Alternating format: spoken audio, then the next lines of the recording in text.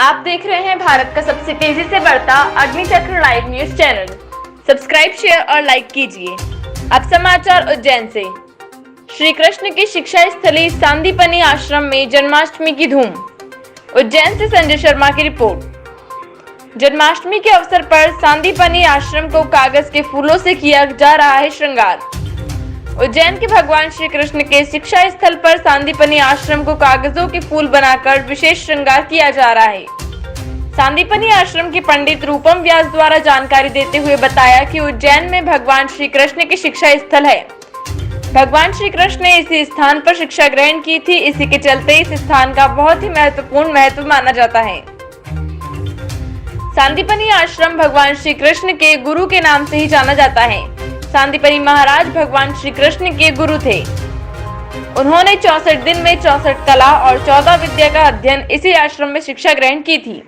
इस कारण सांदीपनि आश्रम का दर्शन लाभ लेना बहुत ही महत्वपूर्ण माना जाता है।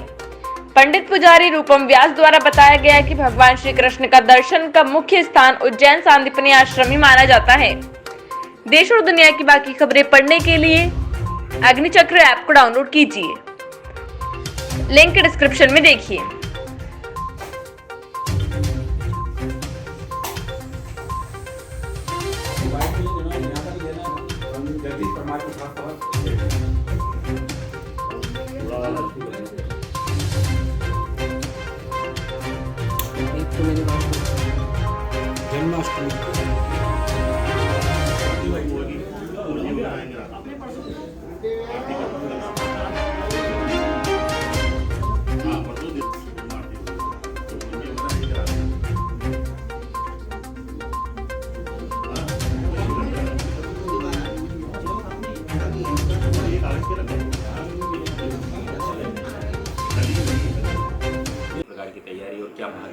ये भगवान कृष्ण की शिक्षा स्थली है। दूर दूर से यहाँ पर श्रद्धालु दर्शन के लिए आते हैं। क्यों आते हैं? क्योंकि भगवान कृष्ण ने यहाँ शिक्षा ग्रहण करी है स्वयं महर्षि सांदीपनि ऋषि के आश्रम में।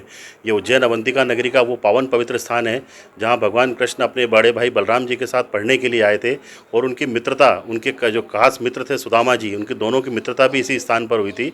64 दिन भगवान कृष्ण इस आश्रम में रुके थे। 64 दिनों में समस्त 64 कला और 14 विद्याओं का ज्ञान गुरु सांदीपनि जी के सानिध्य में इसी आश्रम में, इसी कक्ष में उन्होंने प्राप्त किया था। क्योंकि जन्माष्टमी का महापर्व है जो कि सदियों से यहाँ पर बनाया चला आ रहा है। उसी तारतम्य में इस बार हम लोग यहाँ पर कोरोना मुक्त एक फ्लावर डेकोरेशन जो पेपर का होता है, पेपर के फूलों से हम लोग श्रृंगार कर रहे हैं भगवान जी का।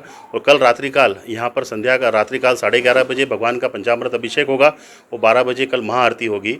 और बुधवार के दिन मतलब 12 तारीख को सुबह से लेकर रात को संध्या काल तक यहाँ पर श्रद्धालुओं के लिए दर्शनों की व्यवस्था की गई है, जिसमें सोशल डिस्टेंसिंग का पालन किया जाएगा और उनको सैनिटाइजर से हाथ धुलाकर ही मंदिर में श्रद्धालुओं को प्रवेश दिया जाएगा। ये दर्शनों का इसलिए महत्व माना गया है क्योंकि गुरु और गोविंद का स्थान है, जहाँ पर भगवान कृष्ण के दर्शनों के साथ साथ गुरु सांदीपनि जी का भी आशीर्वाद मिलता है।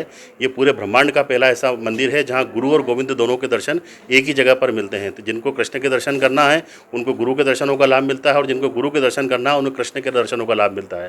तो दोनों का यहाँ पर एक अटूट संबंध है जिससे लोगों को, श्रद्धालुओं को इसका लाभ मिलता है दर्शनों का।